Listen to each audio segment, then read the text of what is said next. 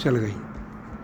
आज नूपुर शर्मा के विरोध में जो देशव्यापी नहीं विश्वव्यापी बगावत की जा रही है वो मुसलमानों की नई पहल नहीं है। ये पहल बहुत पुरानी है। बहुत पहले मुसलमानों की ओर से कृष्ण तेरी गीता जलानी पड़ेगी, सीता का छिनाला जैसी पुस्तकों का कृष्ण और सीता के विरोध में मुसलमानों की ओर से प्रकाशन होता रहा है। और उसके विरोध में उत्तर में जब रामपाल और आचार्य हमारे आर्य समाज के मूलधन नेता उन्होंने इसका जब उत्तर दिया तो उसके विरोध में मुसलमानों ने रामपाल जी की हत्या कर दी। ठीक इसी प्रकार से आज नूपुर शर्मा ने क्या गलत कह दिया है। जब डिबेट चल रही थी और डिबेट में एक पक्ष जब हिंदू देवी देवताओं के प्रति कुरान को लक्ष्य बनाओ गलत भाषा का प्रयोग कर रहे हैं, यदि नूपुर शर्मा ने भी ऐसे स्थिति में इतिहास की एक सच्ची घटना के लिए सामने रख दिया तो नूपुर शर्मा का इसमें क्या दोष है। और इसमें मैं कहना चाहूँगा बीजेपी पार्टी के वरिष्ठ नेताओं से भी, उन्होंने जो ये स्टेप लिया है, निर्णय लिया है, वो गलत लिया है। नूपुर शर्मा को नोटिस देना चाहिए था, उसे पूछना चाहिए था। और यदि उसका कहना सत्य है, मुस्लिम ग्रंथों में अगर ऐसा लिखा हुआ है तो नूपुर शर्मा के साथ में इतना अन्याय क्यों।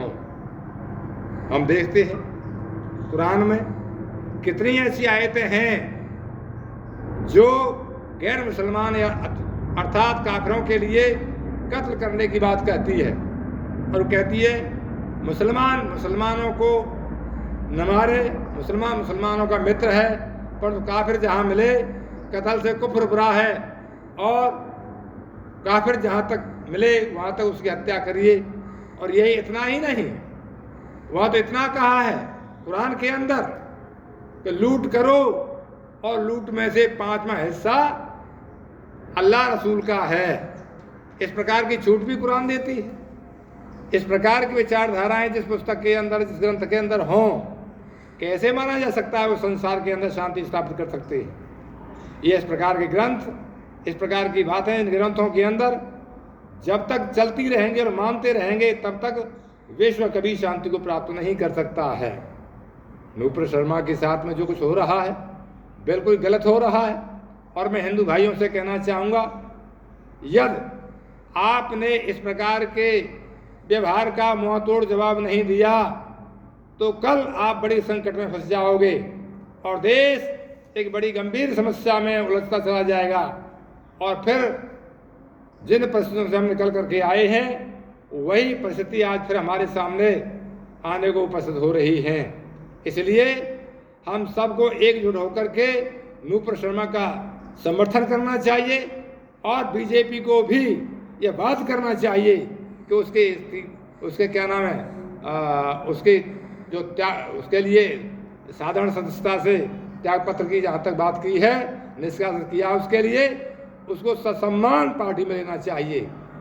तभी नूपुर शर्मा के साथ सही न्याय होगा। यदि नूपुर शर्मा अपने कहे अनुसार उन बातों के लिए कोई प्रमाण प्रस्तुत नहीं कर सकती है तो नूपुर शर्मा का दोष है। यदि नूपुर शर्मा अपने कथन का प्रमाण मुस्लिम ग्रंथों के आधार से प्रस्तुत करती है तो मुस्लिम जगत को स्वीकार करना पड़ेगा, स्वीकार करना चाहिए। इसमें नूपुर शर्मा का बिल्कुल भी कहीं दोष नहीं है। अगर ऐसा होता है तो निर्दोष के साथ में बहुत बड़ा अन्याय अत्याचार होगा। इन्हीं शब्दों के साथ मैं कहना चाहूँगा, पुरजोर मेरा आग्रह है समस्त देश और दुनिया के लोगों से, जो सत्यवादी हैं, जो सत्य के पक्षधर हैं, उनको नूपुर शर्मा का पक्ष लेना चाहिए और सही निर्णय के लिए अपने को कटिबद्ध होना चाहिए और समर्थन करना चाहिए। इन्हीं शब्दों के साथ मैं अपनी बात को विराम देता हूँ।